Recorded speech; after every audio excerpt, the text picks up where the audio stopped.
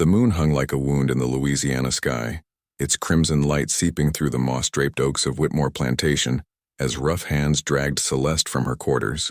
Her bare feet scraped against the packed dirt, leaving parallel grooves in the earth that would later sprout strange, black flowers no one could name. The overseer Brandon's grip on her arm was tight enough to leave bruises.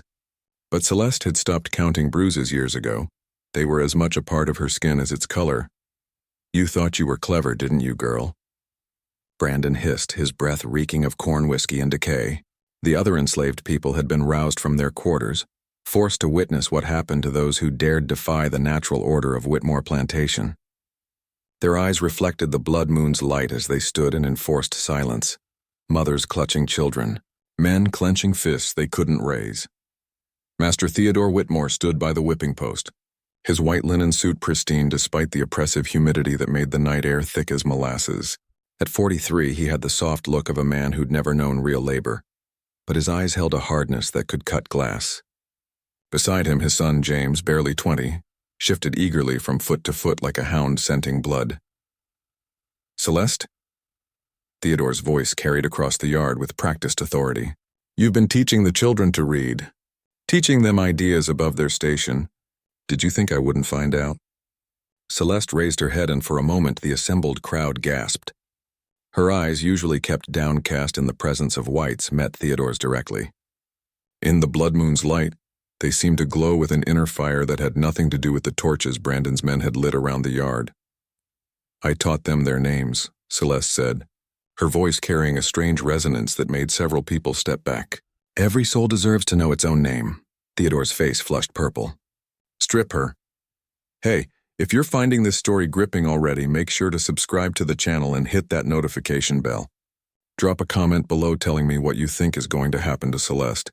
Your theories might surprise you by the end. Now let's continue with her harrowing ordeal." Brandon's men moved forward, but as they grabbed Celeste's rough-spun dress, something peculiar happened. The fabric seemed to resist, clinging to her skin like it was part of her.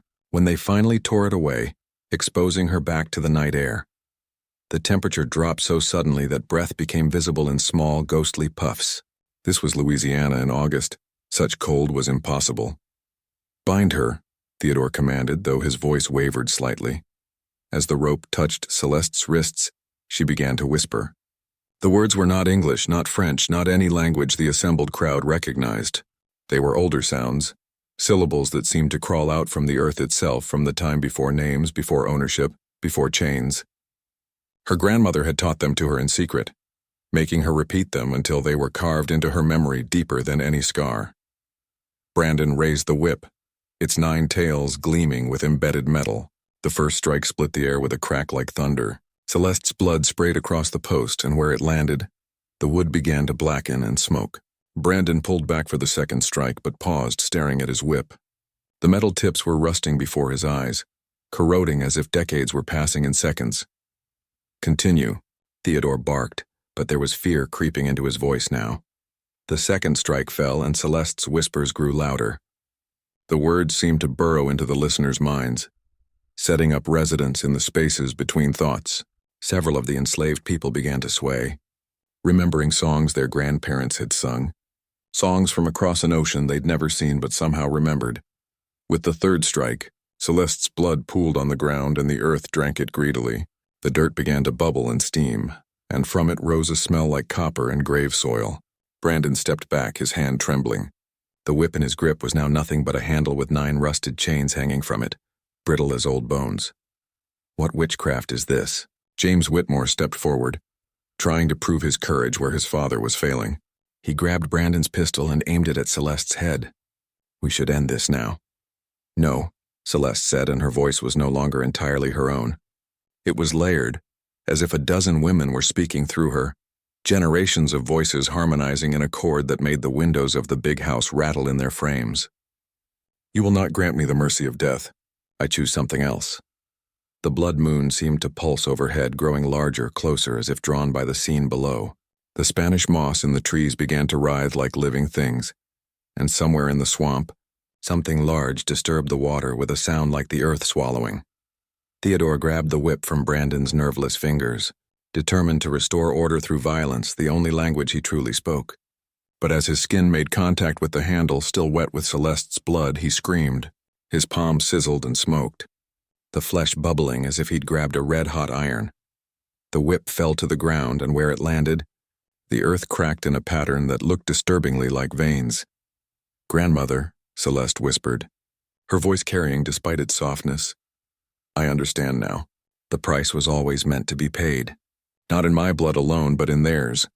The torches around the yard began to burn with a greenish tinge, casting shadows that didn't match the bodies that cast them. In those shadows, figures seemed to move. Tall, proud figures with faces that bore the scars of countless whips, countless chains, countless indignities. They stood behind Celeste like an army of the remembered dead, and their eyes burned with the same fire that was now spreading through her veins. Mrs. Eleanor Whitmore appeared on the porch of the big house, her silk nightgown billowing in a wind that touched nothing else. "Theodore," she called, her usually commanding voice thin with fear. "Something's wrong with the house. The mirrors are showing things." But Theodore wasn't listening. He was staring at Celeste, at the way her wounds were closing, not healing but sealing themselves with what looked like threads of shadow. Her skin was taking on a different quality, not quite solid, as if she were becoming something between flesh and spirit, between vengeance and justice. Brandon backed away, his boots slipping in the blood-mud mixture that was now spreading in an ever-widening circle from where Celeste stood. "This ain't natural," he muttered, reaching for the cross he wore around his neck. But when his fingers found it, the metal was so cold it burned, and he jerked his hand away with a cry. The enslaved people watching began to hum, not consciously, but as if the sound were being pulled from them. It was a hymn, but not one they'd learned in the plantation Sunday services. This was older, deeper, a song that predated Christianity's arrival on these shores, that remembered when the land had different names and the rivers ran free of blood. If you're feeling that chill down your spine right now, that's exactly what the Whitmores felt that night. Remember to subscribe if you want to hear how Celeste's transformation completes itself, and leave a comment about what you think those mirrors were showing. This tale is just beginning to reveal its darkest secrets. Celeste's whispers reached a crescendo and then suddenly stopped. The silence was deafening. Even the cicadas and tree frogs had gone quiet, as if nature itself were holding its breath. She raised her head, and when she smiled, her teeth seemed too sharp, too white like bones picked clean. "You want to make an example of me, Master Whitmore?" Her voice was silk over steel, honey poured over broken glass. "Then let me be one. Let everyone see what becomes of those who mistake dignity for weakness, who think suffering is the same as surrender." The blood moon pulsed once more, and every drop of blood that had been spilled on Whitmore Plantation, every drop from every whipping, every beating, every act of violence seemed to remember itself. The ground began to weep red, and the weeping became a flood, and the flood became a promise. Theodore tried to run, but his feet were rooted to the spot by vines that hadn't been there seconds before, vines that grew from Celeste's spilled blood with thorns like memories and leaves like accusation. James fired his pistol, but the bullet passed through Celeste as if she were made of smoke, striking the whipping post behind her. Where it hit, the wood began to rot, decades of decay compressed into seconds. "This is just the beginning," Celeste said, her voice carrying to every ear on the plantation, seeping into every dream that would be dreamed that night. "You fed the earth with our blood for generations. Now the earth is hungry for yours." As if in response to her words, the plantation bell began to toll on its own, 13 times, though midnight was still hours away. With each toll, Celeste seemed to grow less solid, less bound by the rules that governed flesh and bone. She was becoming something else, something that existed in the space between justice and revenge, between memory and nightmare. The rope that had bound her wrists fell away, not cut but unraveled, as if time itself had reversed. She stepped away from the whipping post, and where her feet touched the ground, those strange black flowers bloomed instantly, their petals opening to reveal centers that looked disturbingly like eyes. "Run," she said to the other enslaved people, and her voice carried the authority of something far older than any master. "Run and don't look back. What happens next is not for you to see. This is between me and them now." They didn't need to be told twice. The quarters emptied in a rush of movement, people grabbing children and what few possessions they had, fleeing into the night. But they would all remember the sound that followed them, the sound of Celeste laughing, A sound like wind chimes made of bone, like thunder speaking in tongues, like the earth itself learning to say no. Brandon tried to follow the fleeing people, perhaps thinking there was safety in numbers, but invisible hands seemed to grab him, pulling him back toward the yard where Celeste stood transformed. Theodore and James found themselves likewise held, forced to witness what their cruelty had birthed. "You wanted to break me," Celeste said, her form now shifting between solid and shadow, between woman and something far more terrible. "But you cannot break what chooses to become something else. You cannot chain what chooses transformation over submission." The blood moon reached its zenith, and in its light, Celeste completed her metamorphosis. She was no longer just a woman, no longer just enslaved, no longer just anything that could be owned or controlled. She had become dignity itself, given form and fury and the power to collect long overdue debts. Subscribe now to witness the full unfolding of Celeste's vengeance, and comment below with your thoughts on what price the Whitmores will pay for their cruelty. The old ways are ending, and something new and terrible is being born under this blood moon. The story has only just begun to reveal its true horror. 3 months before the blood moon would rise over Whitmore Plantation, Celeste knelt beside her grandmother's pallet in the suffocating heat of the quarters, watching the old woman's chest rise and fall with increasing difficulty. Mama Adeline, as everyone called her, had been breathing like this for 3 days, each breath a battle against the consumption that was eating her lungs from the inside. But her eyes, those eyes that had seen the shores of Africa before chains, remained sharp as broken glass. "Closer, child," Mama Adeline whispered, her voice like dried leaves scraping stone. The other women in the quarters had been sent away on invented errands, leaving grandmother and granddaughter alone with secrets that couldn't be witnessed. "There are things you must know before I cross over. Things I should have taught you years ago but feared would get you killed." Celeste leaned in, smelling the peculiar mix of herbs that always clung to her grandmother's skin. Some she recognized from the healing work they did together, others that had no names in English, that Mama Adeline had cultivated in secret patches deep in the swamp where even Brandon's patrol dogs wouldn't venture. The old woman's hand, skin like worn leather over bird bones, gripped Celeste's wrist with surprising strength. "Our blood is different, child. Your blood, my mother's blood, her mother's blood before that, stretching back to the first mother who learned to speak to the spirits that lived in the baobab trees." Mama Adeline's eyes flickered to the door, checking for shadows of listeners. "The whites, they think they brought us here empty-handed, but we carried something in our veins they could never chain." Outside, the plantation bell rang for the noon meal, but neither woman moved. In the distance, they could hear Brandon shouting at someone, his voice carrying that special edge of cruelty he saved for the hottest days, when the whiskey sweated out of his pores faster than he could pour it down his throat. Last week, he'd whipped young Samuel so badly the boy still couldn't walk straight, all because a drop of sweat had fallen from Samuel's face onto Brandon's boots while serving water. "Watch," Mama Adeline said, pulling a small knife from beneath her thin mattress. Before Celeste could protest, the old woman drew the blade across her own palm. The blood that welled up was dark, almost black in the dim light, and it moved wrong, too thick, too deliberate, as if it had its own will. "Now give me your hand." Celeste extended her palm, and her grandmother made a matching cut. When their blood touched, the world shifted. The walls of the quarters became transparent, and Celeste could see through them to other times, other places. She saw ships with bellies full of human cargo, saw her grandmother as a young woman speaking words of power that made the slavers' whips crack backward, saw herself standing in a future where the plantation burned with cold fire that consumed nothing but memory and sin. "This is what they don't know," Mama Adeline said, pressing something into Celeste's bloody palm, a small leather pouch that felt warm, almost alive. "Inside are seeds from the homeland, mixed with bone dust from those who died refusing to be slaves. Plant them with your blood when the moon turns red. Speak the words I'm about to teach you when their cruelty becomes unbearable. The spirits have been waiting, child. They've been patient, but patience has limits, even for the dead."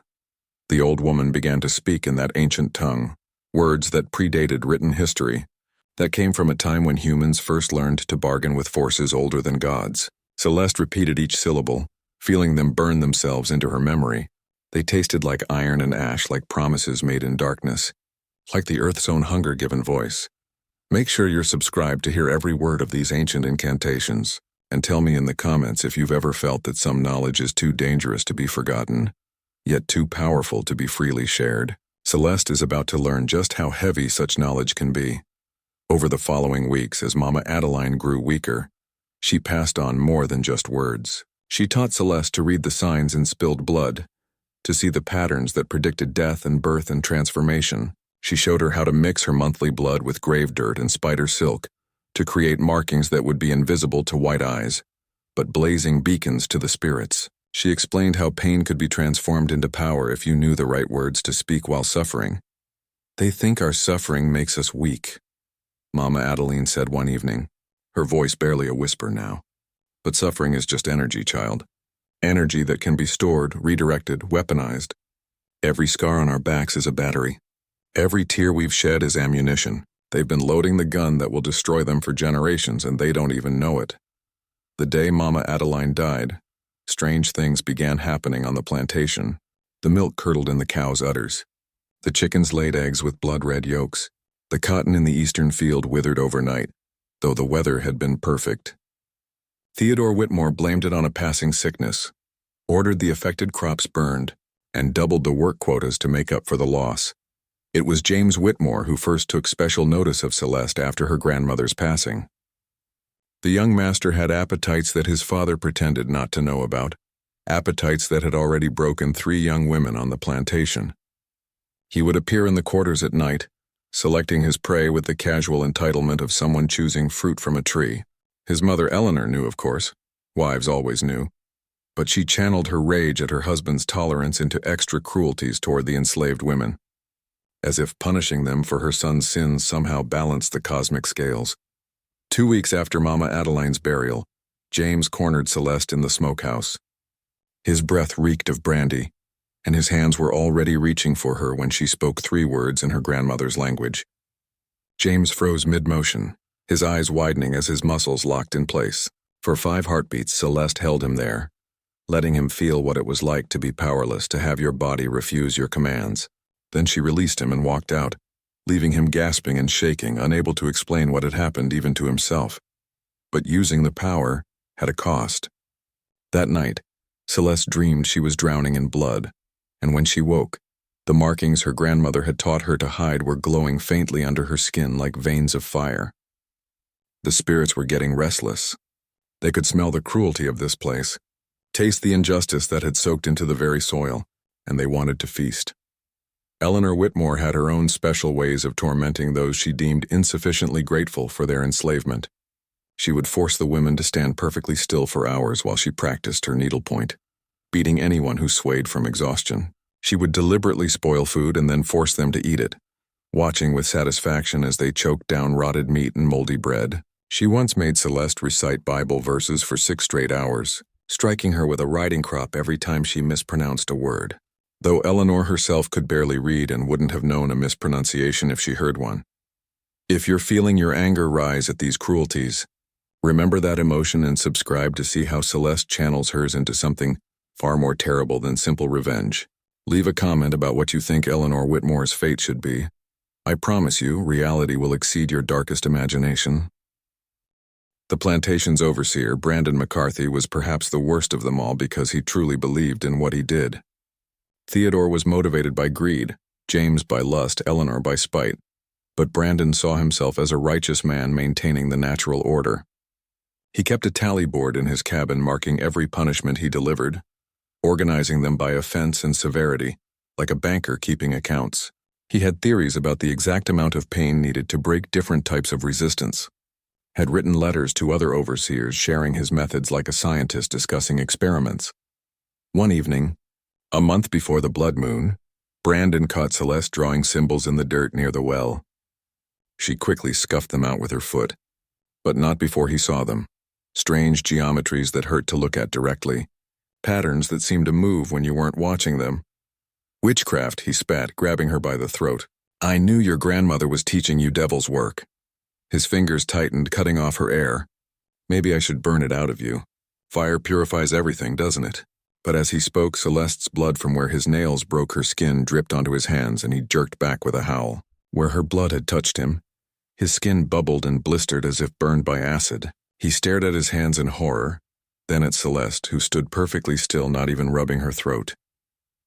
"You're marked," she said quietly, her voice carrying despite its softness. The spirits know you now. They've tasted your cruelty through my blood, and they're hungry for more. Brandon wanted to kill her right then, but something in her eyes stopped him. Not fear, which he was used to, not even hatred which he could understand, but pity. She pitied him, and that was more terrifying than any threat. He backed away, cradling his burned hands, and for the first time in his life, Brandon McCarthy felt afraid of something he couldn't beat into submission. The secret of what Celeste was becoming spread through the quarters in whispers and glances. The other enslaved people didn't understand it, but they could feel it, a change in the air around her, a weight to her presence that hadn't been there before. Children would quiet when she passed, not from fear but from a kind of reverence. The elderly would nod to her with knowing looks, recognizing something ancient walking in young skin. 3 nights before the blood moon, Celeste began her real work. Using her grandmother's knife, she bled onto each of the seeds from the pouch, whispering the words of binding as she planted them at the cardinal points of the plantation. North by the big house where Eleanor's cruel laughter echoed. South by the overseer's cabin, where Brandon planned his torments. East by the fields where backs had been broken under sun and lash. West by the quarters where dreams went to die. As each seed touched earth mixed with her blood, the ground shuddered slightly, as if something vast had turned over in its sleep. The dogs began howling and wouldn't stop. The horses grew skittish, breaking out of their stalls and running wild. Even the insects seemed agitated, swarming in patterns that looked almost like writing if you watched long enough. Drop a comment if you've noticed the signs building toward something catastrophic, and make sure you're subscribed to witness the moment when all these planted seeds of vengeance finally bloom. The blood moon is coming, and with it a reckoning that will make the Whitmore Plantation's name synonymous with horror for generations to come. On the final night before the blood moon, Celeste visited each of the quarters, touching the foreheads of the children as they slept.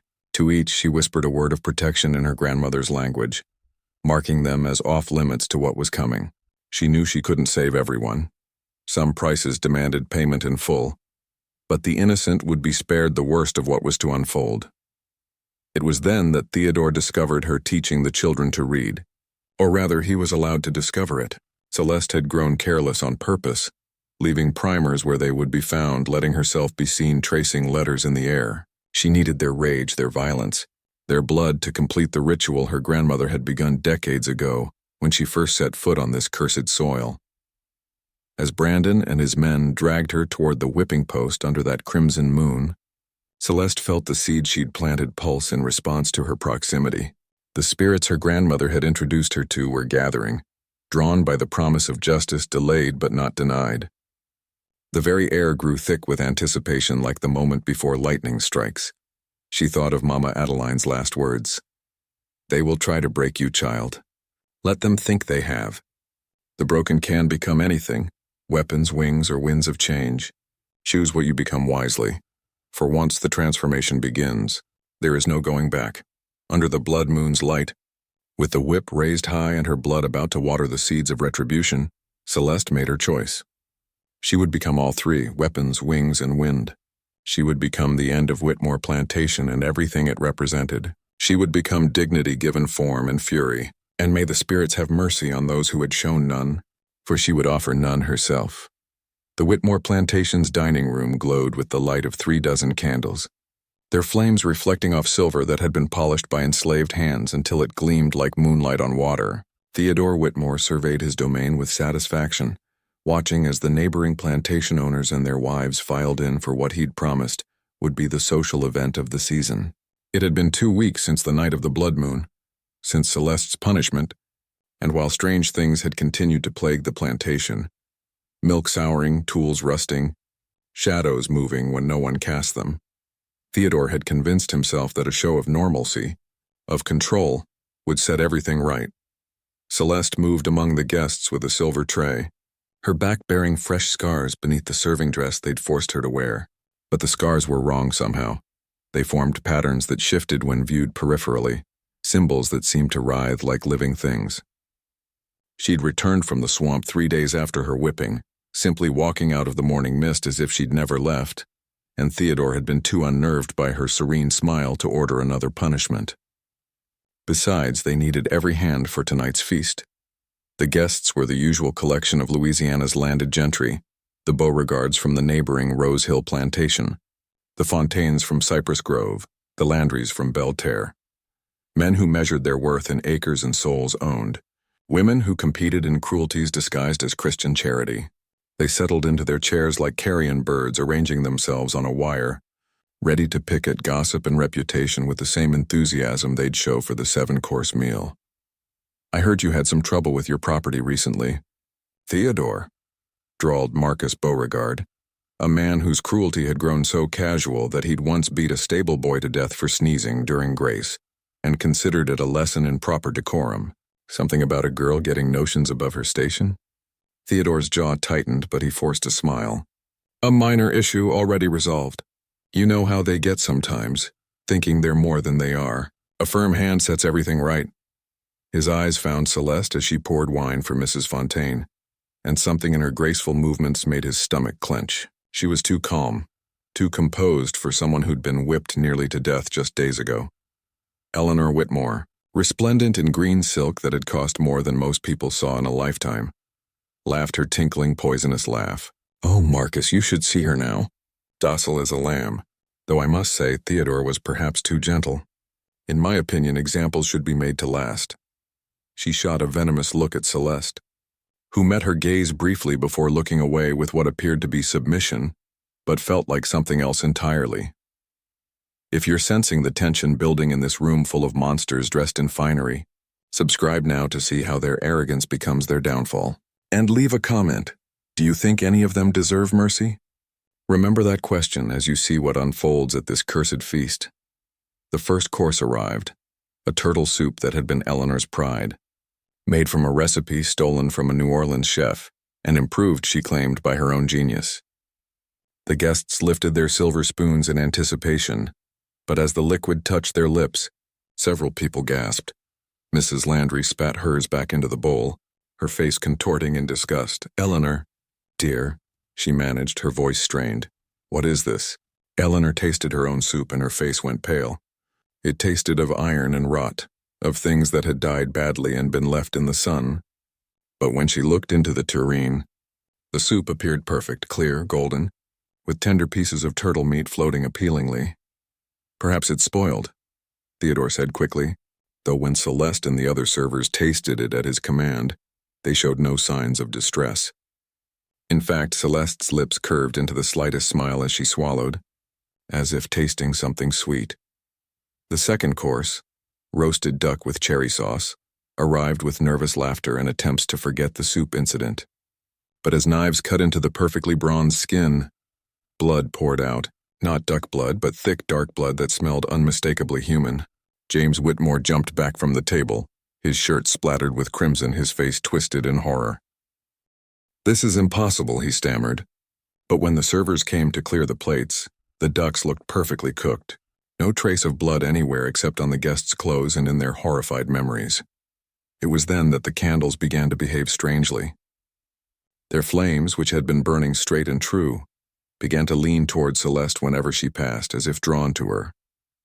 The shadows they cast didn't match the positions of the flames or the people they should have been. Shadowing. Mrs. Beauregard's shadow appeared to have too many arms. Mr. Fontaine's shadow seemed to be missing its head. And behind Eleanor Whitmore, her shadow appeared to be strangling a smaller shadow over and over again in an endless loop. "What kind of tricks are these?" Marcus Beauregard demanded, standing so abruptly his chair toppled backward. The crash echoed too long in the dining room, repeating and distorting until it sounded like screaming. Theodore tried to maintain control. "Please, everyone, be seated. It's just the heat, perhaps. These old houses, they play tricks sometimes." But sweat was pouring down his face and his hands shook as he reached for his wine glass. The wine, when he drank it, tasted of copper and salt. Looking down, he saw his glass was full of blood. He dropped it and it shattered on the floor. But the liquid that spread across the Persian rug was merely wine, dark and innocent. Around the table, other guests were having similar experiences. One woman swore her fork had turned into a finger. Another man claimed his napkin had shown him words written in a language that hurt to read. Brandon McCarthy, who'd been standing guard by the door, stepped forward. His hands were still wrapped in bandages from where Celeste's blood had burned him. And beneath those bandages, the wounds had begun to spread, creating patterns that looked deliberate, almost artistic in their horror. "It's her," he said, pointing at Celeste with a trembling finger. "The witch. She's doing this." Make sure you're subscribed to see what happens when accusations of witchcraft meet real supernatural power. Drop a comment about which guest you think will break first. Their facades of civility are about to shatter like fine china thrown against stone walls. Celeste set down her serving tray and stood, perfectly still in the center of the room. When she spoke, her voice carried, despite its softness, reaching every ear with crystal clarity. "You call me a witch as if it's an insult. My grandmother's grandmother was a priestess, a keeper of mysteries your small minds couldn't comprehend. You reduced us to property, but you cannot reduce power to chains." The room's temperature plummeted. Frost began forming on the windows despite the Louisiana heat outside. The candle flames turned blue, then green, then a color that didn't have a name that seemed to exist outside the normal spectrum of light. In that impossible illumination, the guests began to see things. Flashes of every cruelty they'd ever committed, every life they'd destroyed, every family they'd torn apart playing out in the shadows on the walls. Mrs. Fontaine screamed as she watched her shadow whipping a child, the motion repeating endlessly. Mr. Landry fell to his knees as his shadow showed him selling a mother away from her infant, counting coins as the woman wailed. The shadows weren't lying or exaggerating. They were memories pulled from the dark corners of souls and given form. "Make it stop." Eleanor shrieked, but her voice cracked and warbled, aging decades in seconds. When she looked at her hands, they were spotted with age, the skin papery thin. "What's happening to me?" "Time," Celeste said simply. "You're experiencing all the years you stole from others, all the life you drained with your cruelty. Your body is finally matching your soul, ancient, withered, hollow." Theodore pulled a pistol from his jacket, aiming it at Celeste with shaking hands. "Enough. You're just a—" But the words died in his throat as the gun in his hand transformed, becoming a severed human hand, black with rot, pointing accusingly at him. He threw it away with a scream, but when it hit the ground it was just a pistol again, harmless and ordinary. The feast's centerpiece, a massive roasted pig, began to move. Its dead eyes opened, weeping blood, and from its mouth came voices. Dozens of voices, hundreds, all speaking names. The names of every person enslaved on Whitmore Plantation, every soul whose life had been stolen, whose dignity had been stripped away. The litany went on and on, filling the room with a chorus of the condemned and forgotten. James Whitmore tried to run for the door, but his feet wouldn't obey.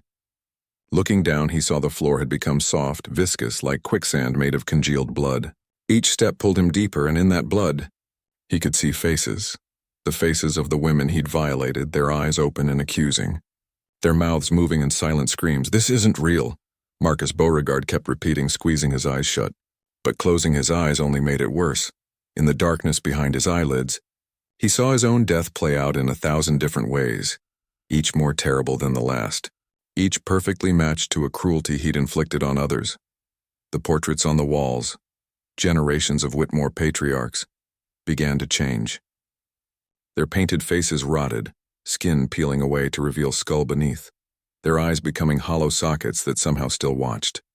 From their mouths, painted though they were, came a sound like wind through a cemetery, carrying the smell of fresh-turned earth and old death. Subscribe now if you want to know which of these monsters survives the night, and comment below with your predictions. Remember, in stories of supernatural justice, survival isn't always a mercy. Sometimes it's the worst punishment of all. Celeste walked to the head of the table, her movements fluid as water, terrible as flood. Where her fingers touched the tablecloth, it blackened and crumbled to ash, revealing wood beneath that was carved with names. More names, thousands of names. Every soul who'd suffered in this house on this land. Under this system of calculated cruelty, you feast while others starve, she said, her voice layering with harmonics that shouldn't come from a human throat. You grow fat on suffering, drunk on power you never earned. So feast now. Feast on the truth of what you are. The remaining food on the table transformed. The bread became flesh. The vegetables became organs. The desserts became things too terrible to name.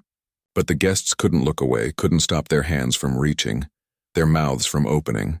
They were being forced to consume their own cruelty, to swallow every evil they'd ever committed, and it was choking them, Brandon tried to flee, but as he reached the door, his bandages unraveled, revealing that the burns from Celeste's blood had spread up his arms, forming words in scar tissue. Confessions of every person he'd killed, every back he'd broken, every family he'd destroyed in the name of order. The words glowed like embers, and he could feel them burning deeper, reaching for his heart. "Please," Eleanor gasped, aged now to ancient frailty, her green silk hanging off a frame that looked like it might crumble to dust at any moment. "We'll free them all, everyone, just make it stop." Celeste tilted her head, considering. Freedom given in fear isn't freedom at all. It's just another cage waiting to close when the fear passes. "No, Mrs. Whitmore. What you're experiencing isn't something I'm doing to you. It's something you did to yourselves every day with every choice. I'm just the mirror showing you your true reflection." The house itself began to groan, wood creaking and walls developing cracks that spread like veins. From those cracks seeped something that wasn't quite blood, wasn't quite shadow, but somehow both. It pooled on the floor, and on its surface the guests could see themselves, not as they pretended to be, but as they truly were. The visions were so horrible that Mrs. Landry clawed at her own eyes rather than see, and Mr. Fontaine began laughing. The kind of laughter that comes when sanity snaps like an over-tightened string. As midnight approached, Celeste walked to the window and looked out at the moon. No longer blood-red but pale and distant. "The feast is ending," she announced, and her voice carried finality like a funeral bell. "But what you've tasted tonight will never leave you. Every meal you eat for the rest of your lives will taste of this night. Every shadow you see will show you your sins. Every quiet moment will be filled with the voices of those you wronged." She turned back to the assembled guests, who cowered like children caught in a nightmare they couldn't wake from. "Run," she said, and it wasn't a suggestion. "Run and tell others what you've seen. Tell them that the age of consequence has begun. Tell them that dignity, once awakened, cannot be put back to sleep." The doors burst open of their own accord, and the guests fled into the night, some crawling, some stumbling, all of them forever changed. They would never speak of this night directly. Their minds wouldn't let them, but they would wake screaming for the rest of their lives. Would see Celeste's calm face in every reflection, and hear the names of the enslaved in every silence.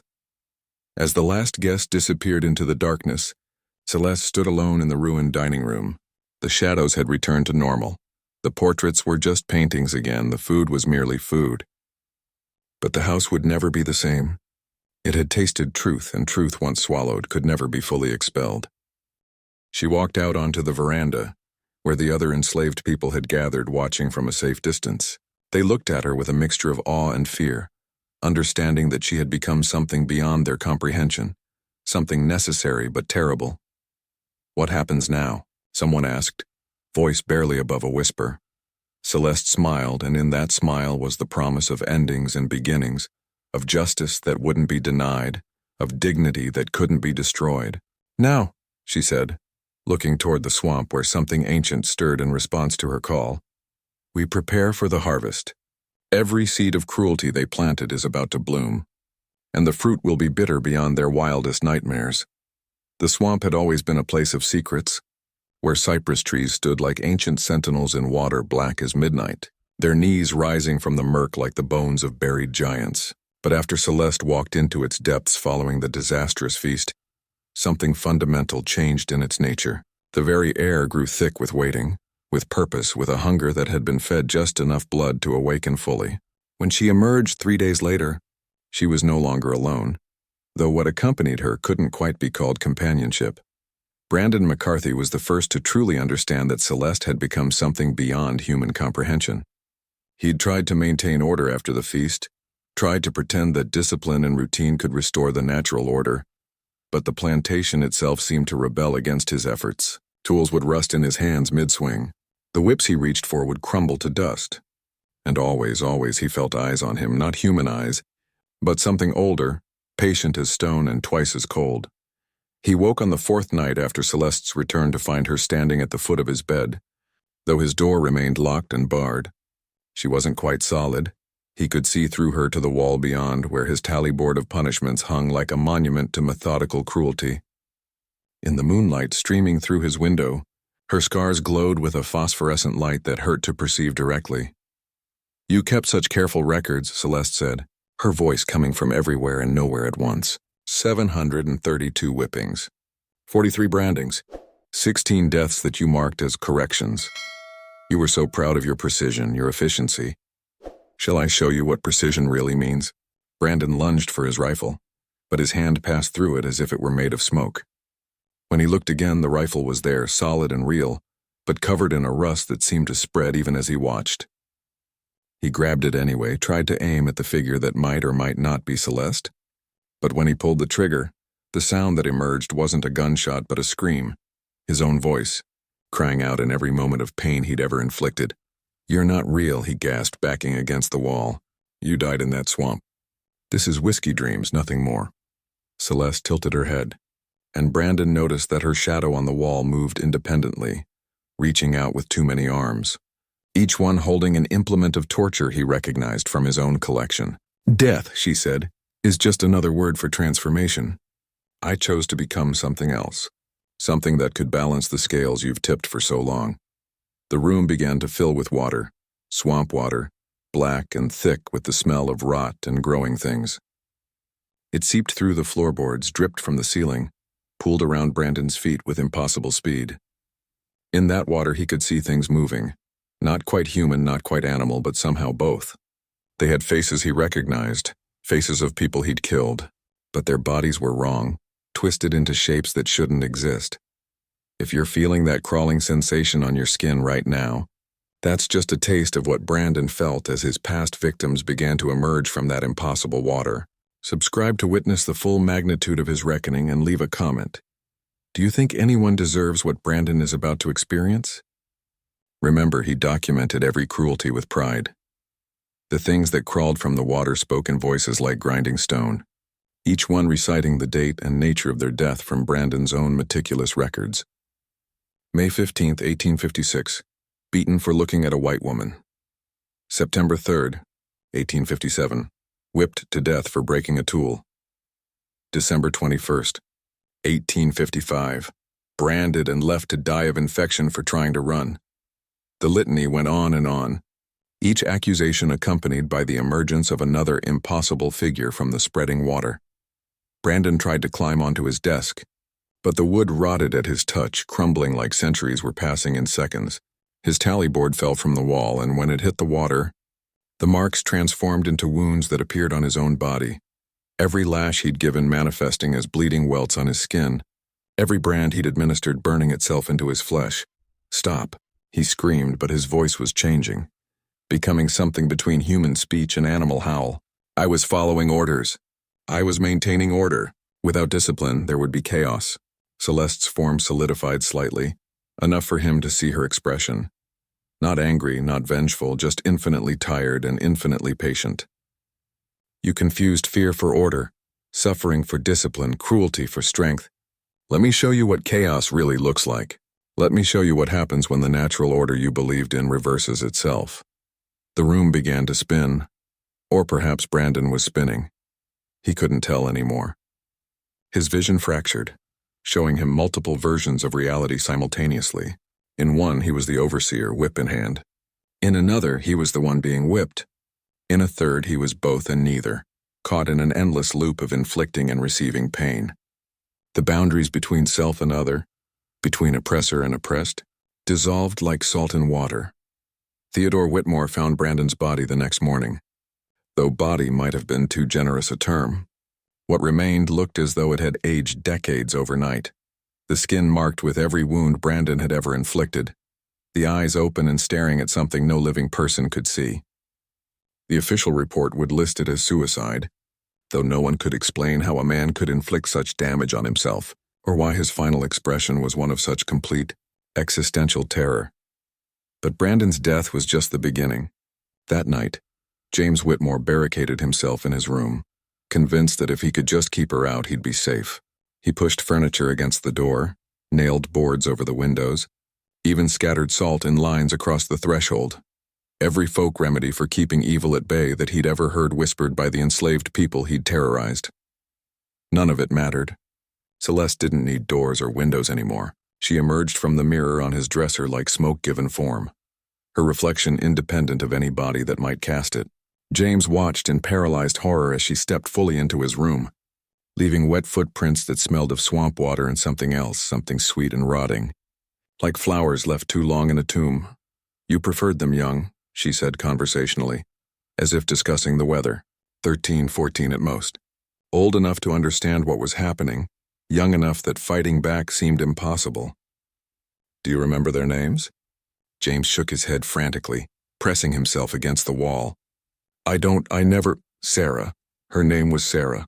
14 years old, sold away when she became pregnant with your child. The baby died during the journey.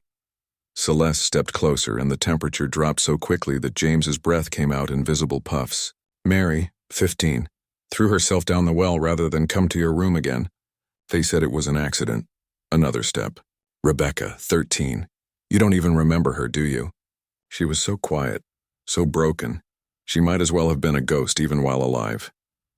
With each name, something changed in the room. The walls developed stains that looked like handprints.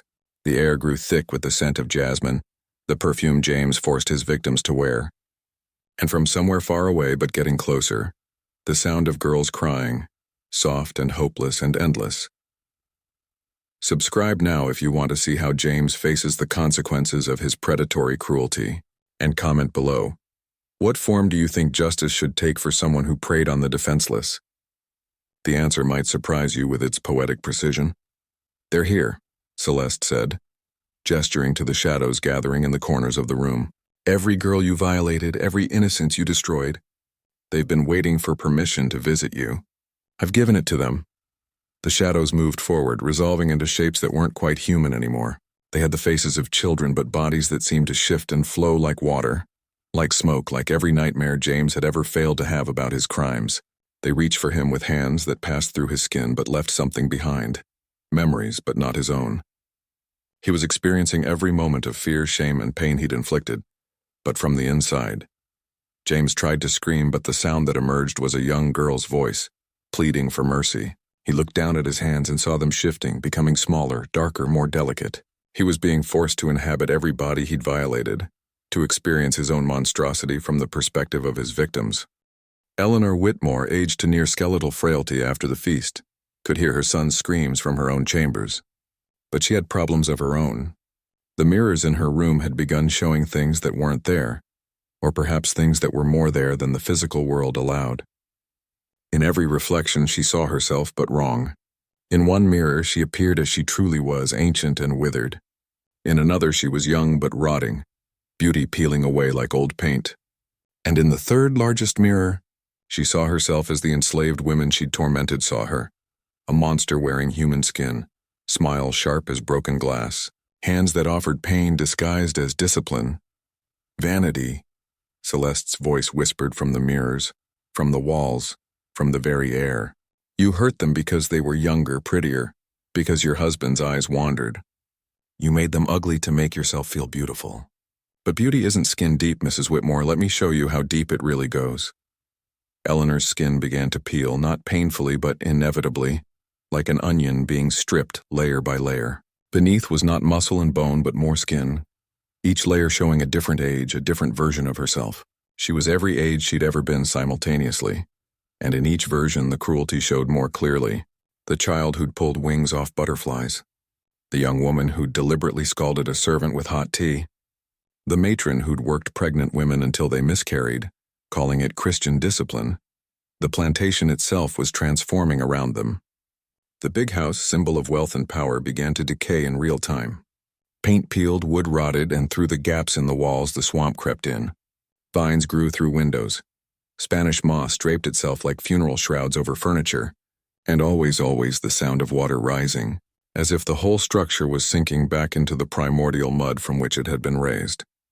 Theodore tried to maintain control, tried to rally the remaining overseers and workers, but they were fleeing, not just the enslaved. They had already vanished into the night following whispered promises of freedom. But the white workers too, the ones who'd thought themselves safe from judgment. They'd seen what happened to Brandon, heard James's ongoing screams, watched Eleanor wither like fruit in time-lapse. They understood that whatever Celeste had become, she was beyond any human power to stop. Drop a comment telling me if you think Theodore will stand and fight or flee like the coward he's always been beneath his mask of authority. And make sure you're subscribed.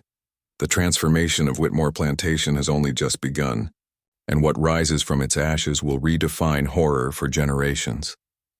On the 7th night after Celeste's transformation, Theodore stood alone in his study, watching through the window as his empire crumbled. The fields were barren, the cotton withered to black stalks that whispered accusations in the wind. The quarters stood empty, doors hanging open like mouths frozen in screams, and from the swamp something was coming. He could see lights, not torches or lanterns, but something older, like the phosphorescent glow of decay, like the light that shines in places where reality has worn thin. Celeste appeared in his study without entering, simply existing there as if she'd always been present. She looked almost human now, almost like the woman she'd been, except for the way light bent around her, the way shadows clung to her like devoted pets, the way her presence made the very air feel heavy with judgment. "You have a choice," she said, and her voice was almost kind. "You can face what you've done, truly face it.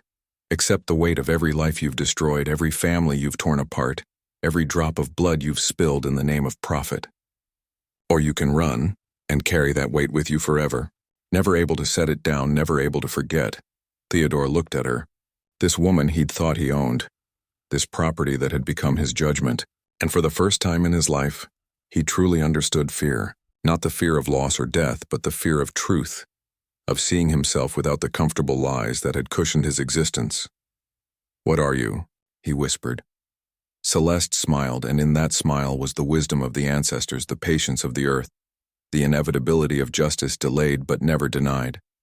"I am what you created, Mr. Whitmore. Every cruelty plants a seed. Every injustice waters it. Every drop of innocent blood is fertilizer. You've been tending this garden for generations. I'm just the harvest." Theodore Whitmore had built his fortune on the illusion of control, the belief that ownership of land and bodies translated to dominion over fate itself.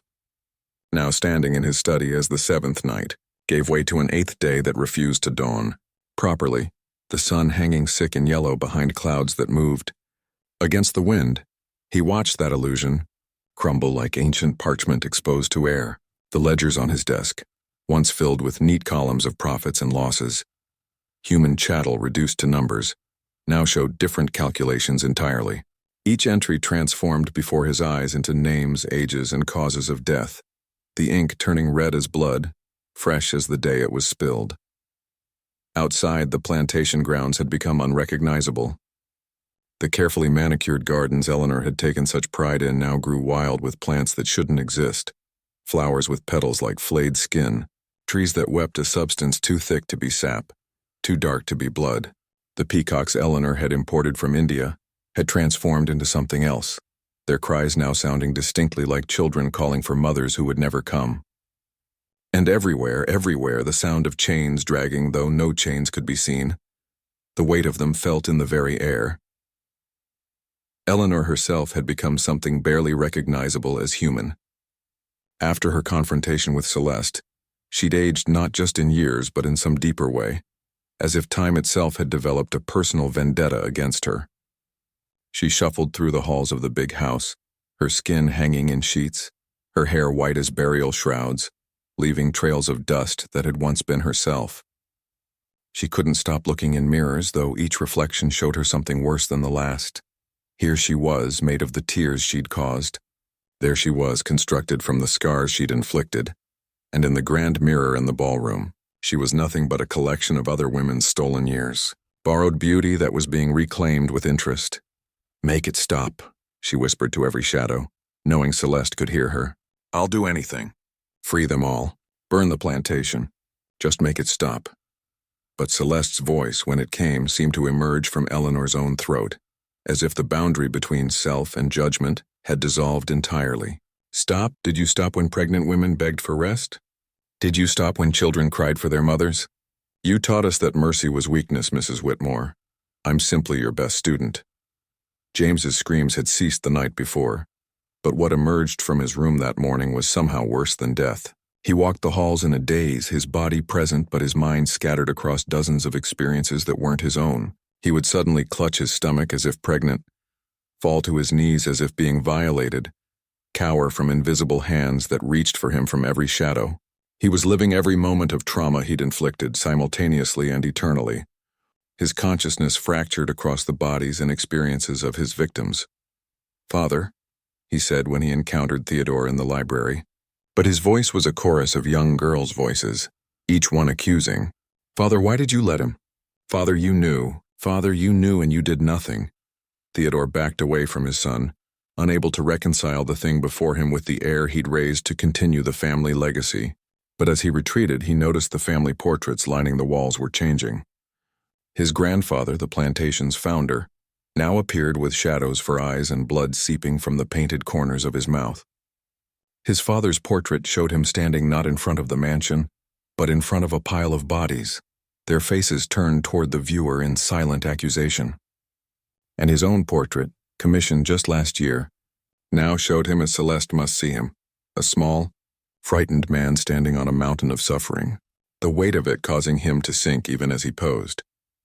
If you're witnessing this generational reckoning and feeling the weight of inherited sins, subscribe now to see how deeply the roots of evil run and how thoroughly they must be pulled up. Leave a comment about whether you believe evil can be inherited or if each generation chooses its own damnation. The Whitmores are about to learn the answer in the most visceral way possible. The enslaved people were long gone now, having walked away in the night following a woman who might have been Celeste or might have been something wearing her shape as a courtesy to human perception. They'd walked north, and every bloodhound that tried to track them returned whimpering, their eyes clouded with cataracts, their noses bleeding, unable to ever hunt again. The paths they'd taken through the swamp remained open behind them, glowing faintly with phosphorescent light. But when Theodore's remaining men tried to follow, the paths led only deeper into the bog, where things waited that had been feeding on centuries of disposed bodies and were hungry for fresher meat. Theodore tried to maintain some semblance of normalcy, sitting at his desk reviewing contracts for sales that would never happen, calculating profits from crops that were rotting in the fields. But the numbers kept changing, showing him the true cost of his empire. Here a column showing how many families he'd destroyed. There, a calculation of children dead before their 5th birthday from overwork and malnutrition. And at the bottom of every page, a running total of souls owed, a debt that compounded with interest measured in generations of trauma. The house itself was becoming increasingly hostile to its inhabitants. Doors would open onto rooms that hadn't existed before, chambers filled with chains and restraints, walls covered in tally marks scratched by fingernails, floors stained with patterns that looked like maps of Africa drawn in blood. The stairs would multiply when climbed, leading to floors that couldn't exist, where the voices of the dead held eternal conversations about freedom that would never come. The kitchen, once Eleanor's domain of domestic tyranny, now served only rot and ash no matter what was cooked, and the stove burned with cold fire that froze rather than heated. On the 10th night, Celeste appeared to all 3 Whitmores simultaneously, though they were in different rooms. She was in Eleanor's mirror in James's shadow, and sitting across from Theodore at his desk, occupying the same space as his ledgers, existing both as substance and absence. "The plantation is dying," she said, her voice coming from everywhere at once, from the walls, from the wind, from their own thoughts. Not just the land or the buildings, but the very idea of it. The concept of ownership over human souls is being erased from this place. And since you've defined yourselves entirely by that ownership, you're being erased with it. Theodore tried to speak, but his mouth was full of cotton, not metaphorically, but literally, cotton bolls that sprouted from his tongue whenever he tried to justify himself, choking him with the crop that had been fertilized with so much blood. He spat them out, but more grew, an endless harvest of his own making. "There must be something we can do." Eleanor wheezed from her room, her voice barely human anymore, more like wind through empty bones. "Some penance, some payment." Celeste's laughter was like glass breaking in reverse, sharp and wrong and inevitable. "Payment? You want to purchase absolution like you purchased people? Some sins can't be bought off, Mrs. Whitmore. Some debts can only be collected. Subscribe to witness the complete collapse of a dynasty built on suffering, and comment your thoughts on whether any redemption is possible for those who've built their entire existence on the destruction of others. The answer might be more complex and more terrible than you imagine. James had stopped trying to speak altogether, his fractured mind cycling through experiences that weren't his own. He would spend hours standing in corners, copying the posture of children who'd been punished or lying on the floor in positions that mimicked the dead. Sometimes he would age rapidly, experiencing decades in minutes, then return to his normal age only to begin aging again. He was caught in loops of trauma that had developed their own gravity, pulling him deeper into experiences he'd inflicted but never understood. The grounds outside had become a war zone between the plantation's imposed order and the wild reclamation occurring. The slave quarters spontaneously combusted, but the flames were cold, preserving rather than destroying, turning each shabby dwelling into a monument of dark glass that reflected not light but memories. Every life lived within those walls, every dream deferred, every hope murdered in its crib. The overseer's cabin where Brandon had died was sinking into the earth, pulled down by hands that reached up from below, hands that had been buried in unmarked graves but refused to stay forgotten. Theodore discovered that he could no longer leave his study. Every door led back to the same room. Every window showed the same view of his empire collapsing. He was trapped with his ledgers, his contracts, his careful documentation of human misery transformed into profit. The papers began to animate, the written words crawling off the pages like insects, forming themselves into accusations that marched across his desk. Up his arms into his eyes, he tried to burn them, but the fire wouldn't take them. He tried to tear them, but they reformed. He tried to throw them away, but they returned. Multiplied, each copy showing some new aspect of his cruelty he'd forgotten or justified or simply never considered cruel at all. The mundane evil of it all was perhaps the worst part. Seeing how casually he'd destroyed lives, how little thought he'd given to the suffering that supported his comfort. Eleanor had discovered that she was fading, quite literally. Her hands had become translucent, and through them she could see the bones of all the women who'd died serving her whims. Her face in the mirror was a composite of every face she'd slapped, every cheek she'd scarred with her rings, every beauty she'd tried to destroy out of spite. She was becoming a collection of her cruelties, losing her individual identity, to become instead a symbol of systemic violence, a warning written in flesh about what happens when power corrupts absolutely. "Please," Theodore finally managed to say, the cotton in his throat temporarily subsiding. "Tell us what you want. There must be something you want." Celeste materialized fully in his study, looking almost like she had in life, except for the way reality seemed to bend around her, the way cause and effect reversed in her presence, the way looking at her too long made one question the nature of existence itself. She picked up one of his ledgers and it crumbled to dust at her touch, the dust forming shapes in the air. Faces of the dead, names of the forgotten, stories that had never been told. "What do I want?" She tilted her head, and Theodore noticed that her shadow on the wall showed not one woman but hundreds, thousands, all the enslaved women who had ever suffered on this land standing behind her, through her, as her. "I wanted to be left alone to live in dignity. I wanted to love and be loved without fear. I wanted to read, to learn, to grow, to become whatever I might have been if not for this place, these chains, this system you built on our backs." She moved closer, and Theodore felt the temperature drop so severely that ice formed on his whiskers, his tears freezing before they could fall. "But you took all of that. So now I want what you taught me to want. I want everything you have, everything you are, everything you ever could be. I want your legacy erased, your name forgotten, your bloodline ended. I want what you wanted for us, complete and total annihilation of identity, reduction to nothing but a cautionary tale."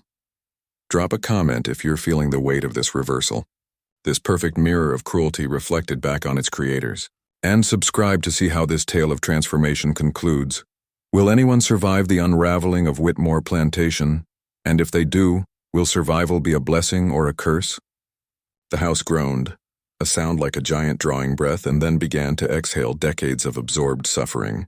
The walls wept blood that was somehow still warm, still fresh. The floors buckled and split, revealing not foundation but bones, so many bones, arranged in patterns that suggested intention, design, as if the house itself had been built as a massive ritual circle, charging itself with death and pain until someone like Celeste, someone with the blood and the will and the words, could activate it. Theodore watched through his window as the field spontaneously burst into flame, not orange fire but white, burning with the intensity of justice delayed but not denied. The cotton plants writhed as they burned, and in their death throes they looked almost human, reaching toward a sky that had turned the color of old blood. The fire didn't spread to the surrounding forest. It burned only what had been cultivated through cruelty, what had been grown in soil poisoned by suffering. "You did this," Theodore said, his voice hollow with the realization. "All of this. You planned it." Celeste smiled, and it was neither kind nor cruel, simply inevitable. "I didn't plan anything, Mr. Whitmore. I simply chose. When you tried to break me, I chose to become something that couldn't be broken. When you showed me the depths of human cruelty, I chose to become the response to that cruelty. Every action has an equal and opposite reaction. That's not revenge, it's physics. You've been building up this debt for generations. I'm just the bill coming due." James stumbled into the study, his eyes unfocused, cycling through ages and genders and states of being that shouldn't be able to exist in one body. "Father," he said in a voice that was his own but also wasn't, "I can see them all. Every single one. They're not gone. They're here. They've always been here. We just couldn't see them before. But now I can't stop seeing them." Eleanor crawled in behind him, aged beyond measure, her skin hanging like old curtains, her hair completely gone, her eyes milky with cataracts that showed her not the present but the past in endless horrible detail. "The mirrors," she gasped. "All the mirrors are showing the truth. Every reflection is real. We're the ones who were never real. We were just roles, just performances of power, and now the play is ending." Theodore looked at his wife and son, these ruins of his family, and understood that Celeste had not destroyed them. She had simply revealed them. They had always been this hollow, this cruel, this dependent on others' suffering for their own definition. Without slaves to own, without people to torture, without lives to control, they were nothing. They had never built anything, only stolen. Never created, only destroyed. Never lived, only prevented others from living. The study began to collapse, not violently, but with a tired inevitability, like an old man finally allowed to rest. The books fell from their shelves, opening to reveal that every page now told the same story. The story of Whitmore Plantation from the perspective of the enslaved. Each volume a different voice, a different life, a different tragedy that Theodore had authored without ever considering the human cost. "This is unraveling," Celeste said, her voice coming from everywhere and nowhere. "Not just of your house or your family, but of the lie that some people are born to own and others to be owned. That lie is dying here tonight in this place where it lived so strongly for so long, and you're dying with it because without that lie you never existed at all." The storm that rose on the 13th night was not natural. Nothing about Whitmore Plantation was natural anymore. Lightning struck in patterns that resembled the scars on backs. Thunder spoke in languages that predated names for suffering, and the rain that fell was warm as blood and twice as thick. Theodore Whitmore, the last conscious soul in the big house, stood in what remained of his study with a torch in one hand and madness in his eyes, determined to burn everything rather than let it stand as a monument to his family's judgment. Eleanor had finally dissolved completely the night before, leaving only a pile of dust that whispered accusations when the wind stirred it. James had simply stopped, not died but ceased, his body still technically alive but his consciousness scattered so thoroughly across the experiences of his victims that there was no self left to return to. He lay in the parlor, aging and youth cycling through his body like seasons compressed into seconds, his mouth moving in silent apologies that would never be enough. "You want this place?" Theodore screamed into the storm, into the shadows, into the presence he could feel watching him, with the patience of stone and the inevitability of erosion. "Then you can have its ashes. I'll burn it all. Every board, every memory, every cursed inch of soil." He threw the torch at the oil-soaked curtains he'd prepared, watched the flames catch and spread with desperate satisfaction. But the fire was wrong from the start. Instead of orange and red, it burned white and cold. And instead of destroying, it seemed to preserve, transforming everything it touched into crystalline monuments to suffering. The walls became transparent as glass, and within them, Theodore could see every moment of cruelty that had occurred in each room.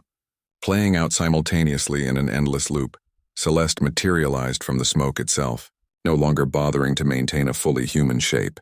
She was sometimes one woman, sometimes many, sometimes just a presence that occupied space in ways that violated the laws of physics. When she spoke, her voice harmonized with the thunder, with the rain, with the screaming wind. "Did you think fire could cleanse this place?" she asked, and her tone held something worse than mockery. Pity. Fire is transformation, Mr. Whitmore, not erasure. You're not destroying the plantation. You're completing its metamorphosis into what it always truly was. A temple to suffering. A monument to what happens when humans mistake power for divinity. Theodore tried to run, but the house had become a maze of his own making. Every door led to a room where he'd authorized some cruelty. Every window showed not the storm outside but scenes from the past.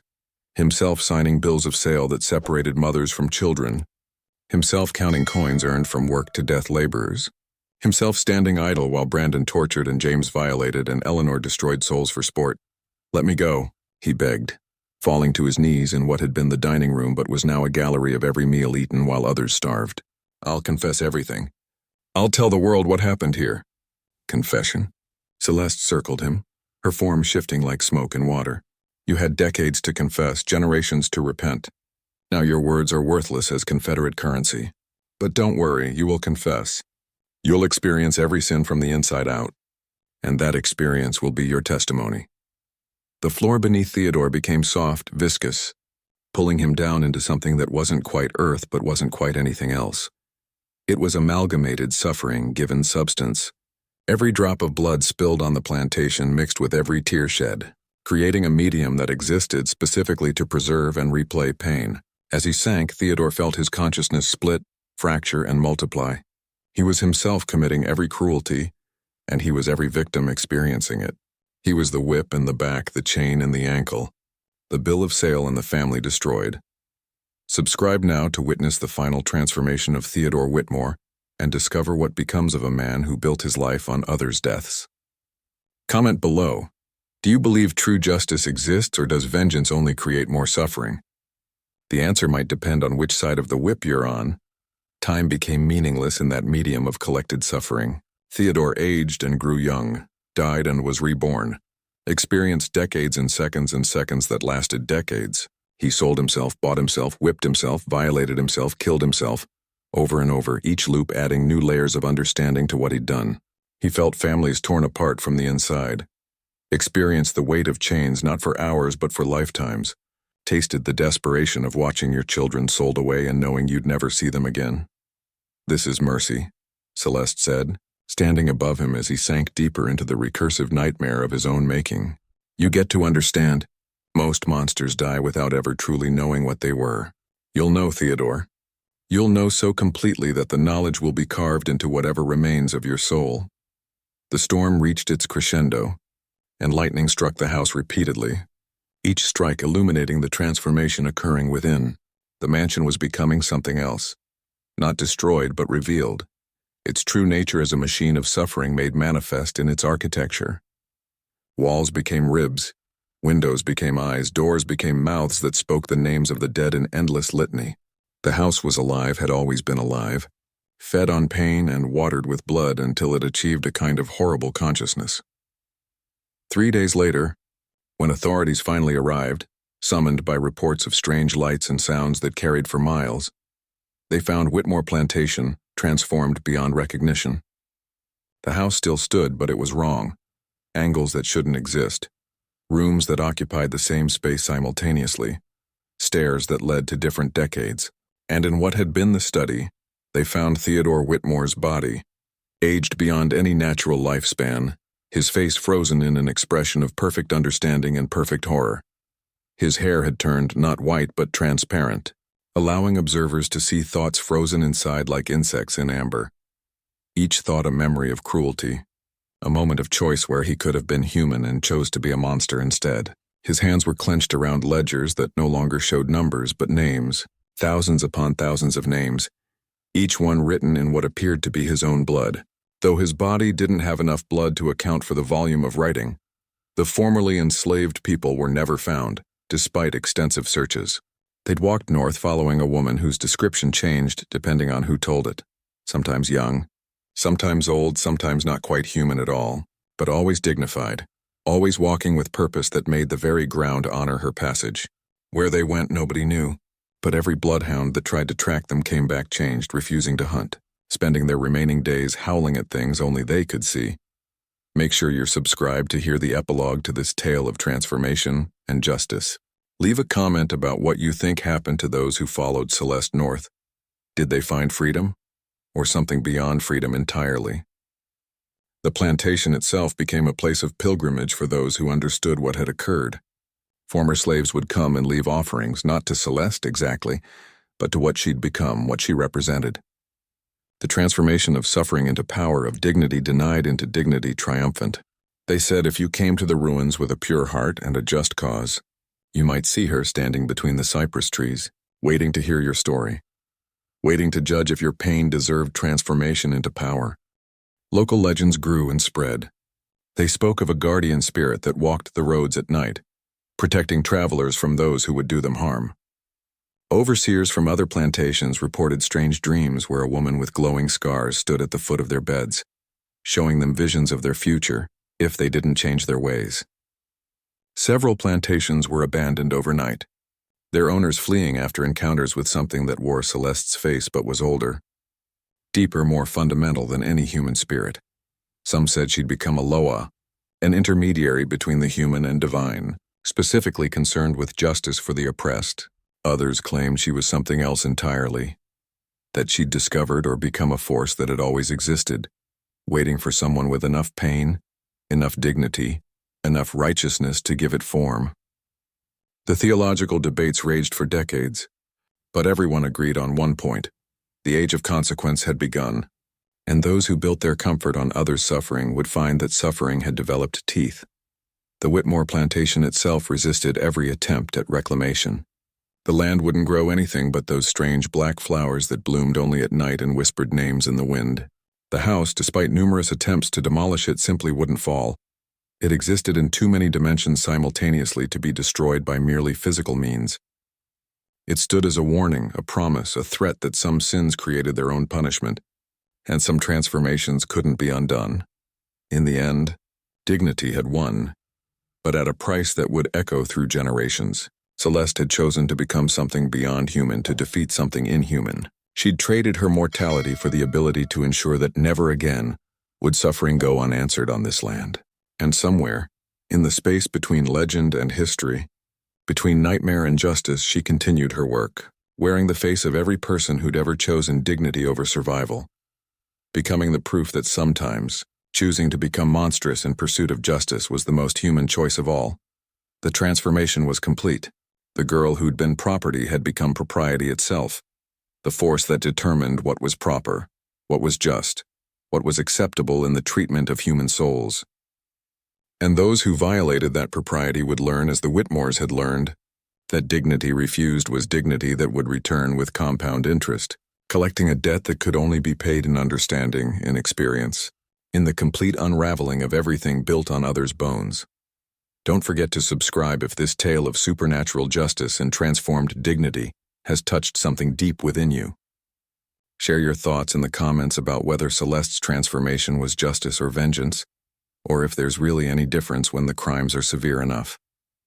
And remember, every cruelty plants a seed and every seed eventually blooms. The only question is, what will grow from what you've planted?